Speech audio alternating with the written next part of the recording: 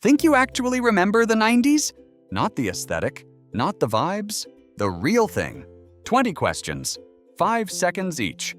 Let's find out if you lived it or just saw it on Pinterest. You're recording a song off the radio. It's finally playing clean, no static, perfect volume. What happens in the next 5 seconds? A. The tape runs out. B. And the DJ talks over the entire intro. C. Your mom shouts you for dinner. D.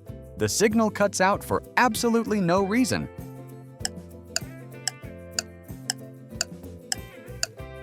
The DJ talked over the intro.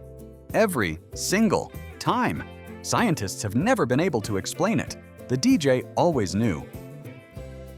Why did people rewind VHS tapes before returning them to the video shop? A. It protected the magnetic coating. B. The shop charged you if you didn't.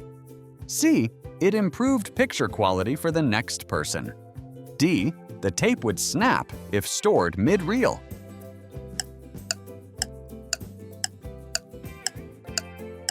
The shop charged you, and they meant it. Be Kind Rewind was adorable. The £2 fine was considerably less adorable. Blockbuster made more money from rewind fees than some small countries made from exports. What was the real Tamagotchi strategy during school hours? A. Sneak check-ins between every class. B. Mute it and pray it survived until lunch. C. Hand it to your most responsible friend. D. Reset it before things got out of hand.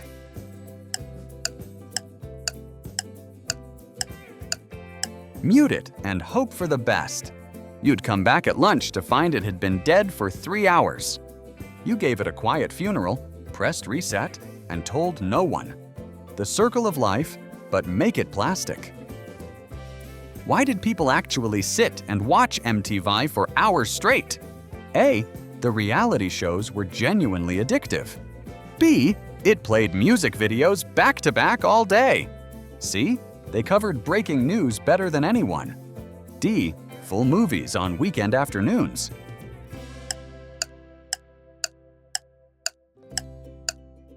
Back-to-back music videos, all day, every day. The twist ending is that MTV quietly stopped doing this at some point, and nobody held a meeting about it. One day, it was music. Next day, it was teenagers arguing on reality shows. No explanation, no apology. Nobody touched the phone. Why? A. Waiting for a life-changing call. B. The dial-up internet would die instantly.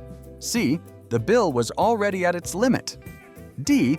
Gran had left a voicemail nobody had checked.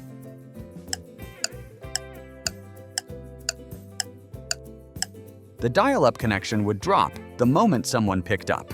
One ring, that's all it took. 2 hours of downloading. One curious grandparent, gone. Good start, but it gets harder from here, and sneakier. You lent your favorite CD to a friend. Realistic worst-case scenario? A. Came back with a scratch straight across the data side. B. The case vanished into another dimension. C. You simply never saw it again. D. They copied it and handed it to literally everyone.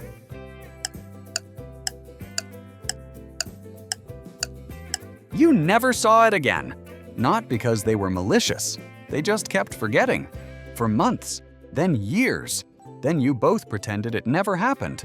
There are CDs from 1997 still living in someone's glove compartment right now. Why did people use a pencil with a cassette tape? A. To rewind it when the player motor gave up. B. To fix tape that had spooled out and tangled. C. To skip to a specific track. D. To clean the magnetic strip.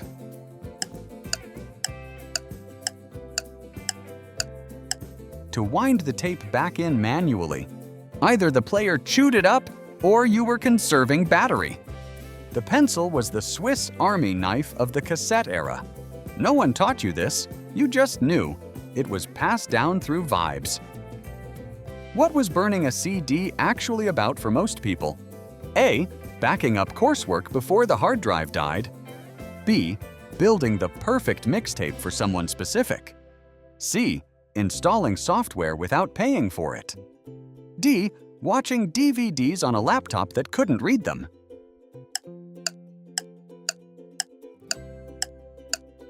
The perfect mixtape. Track order was everything. You spent longer arranging the track list than the recipient spent listening to the whole thing. And if you wrote their name on it in marker pen, that was basically a declaration of love. Why were cheat codes written down by hand in a notebook? A. No quick way to look them up. B. The console wiped them after every session. C. Gaming magazines printed them in secret code. D. Controllers physically couldn't store inputs.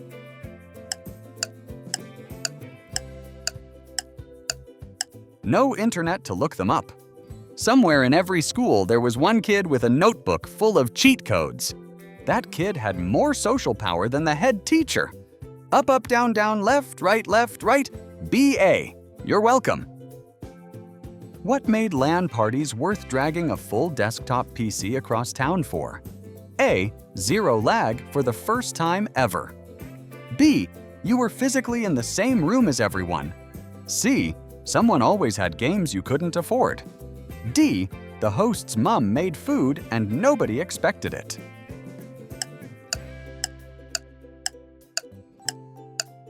Being in the same room as everyone, online gaming technically replaced LAN parties. It has never actually replaced LAN parties. Something was lost, and we all quietly know it. Before we carry on, drop your best 90s memory in the comments below. Every 2 months, we pick a winner and send them a $50 Amazon voucher. Full details are in the description, and if you haven't subscribed yet, now's a good time. Right, back to it. Why did printing directions before a road trip actually matter? A. GPS didn't exist for regular people yet. B. Phones couldn't hold that much text. C. Printed maps updated in real time. D. Dad refused to trust anything from a screen.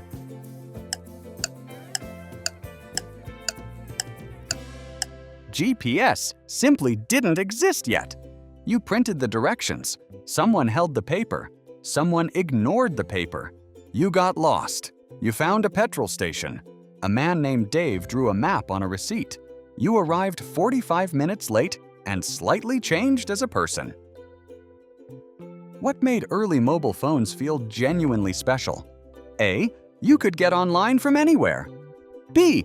The ringtones were fully customizable. C. Almost nobody else had one yet. D. The camera was surprisingly decent.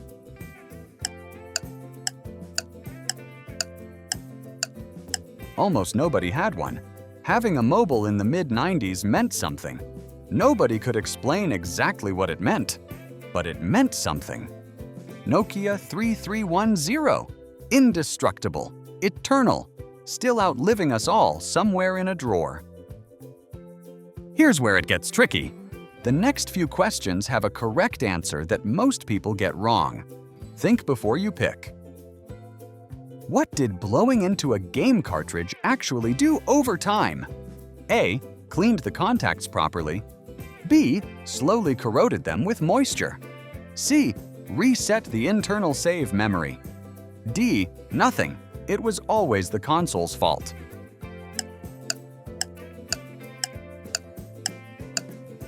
It introduced moisture that slowly corroded the contacts. It felt like it worked. It did work briefly. It was also quietly destroying the cartridge every single time. Nintendo officially stated it did nothing helpful. We all did it anyway. We will always do it anyway. You waited 2 hours to download a song. What did you actually get? A. Slightly low quality, but the right song. B.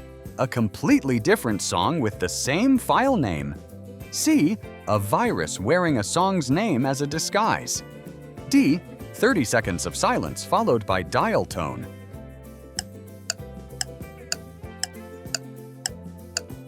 usually a wrong or corrupted file. Napster and LimeWire were technically music platforms. They were also chaos engines that handed you absolutely whatever they felt like. You asked for Mr. Brightside. You received a German techno remix at half speed. Such was life. Why did the internet cause actual screaming matches at home in the 90s? A. The bill was per minute and completely astronomical. B. It tied up the only phone line in the house. C. Both of those things at exactly the same time. D. It made everything else on the computer slower.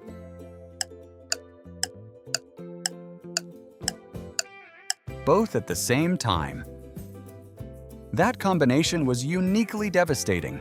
Paying by the minute on the only phone line in the house while someone was trying to call in. 3 problems, 1 wire, 0 winners.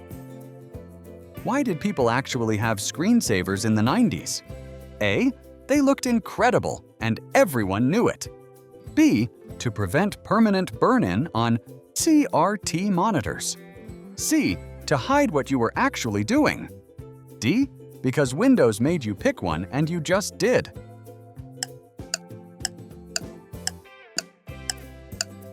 To prevent screen burn-in, leave a static image on a CRT monitor long enough and it would permanently ghost onto the screen. Most people thought screensavers were decoration. They were silent, invisible screen protection that nobody explained to anyone. The flying toaster was doing serious structural work and got no credit for it. Last stretch.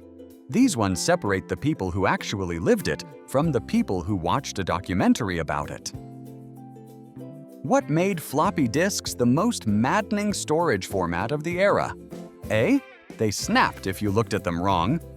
B. Transfer speeds were genuinely painful. C. The storage capacity was insultingly tiny. D. One nearby magnet and everything was simply gone.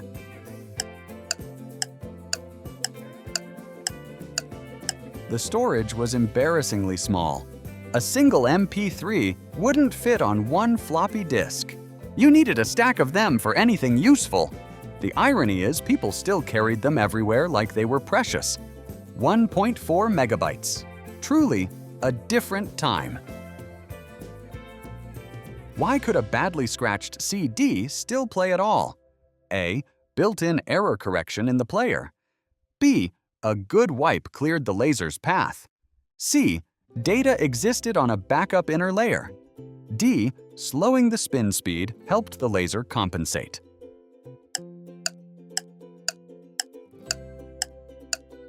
Error correction built into the player. The laser was essentially guessing and filling in the gaps. It was wrong often enough that you heard it skip. It was right often enough that you kept the disc anyway. Technology held together by educated guessing. Honestly, a mood. What actually made the 90s feel like a slower pace of life? A. Technology was more limited overall. B. No constant notifications pulling at your attention. C. The internet was too slow to replace real life. D. People chose to do less.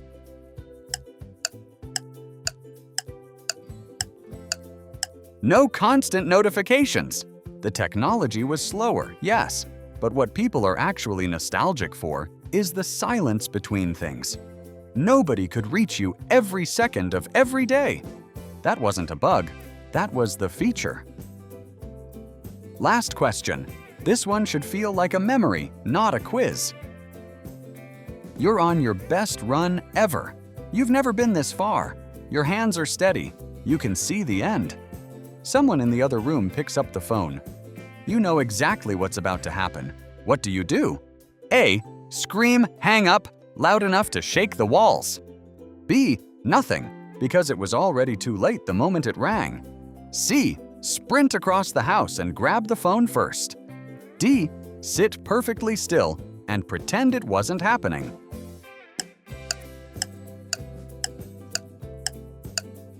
Nothing, because it was already too late the moment it rang. The ring itself killed it. There was no window, No warning, no time to react. The connection dropped.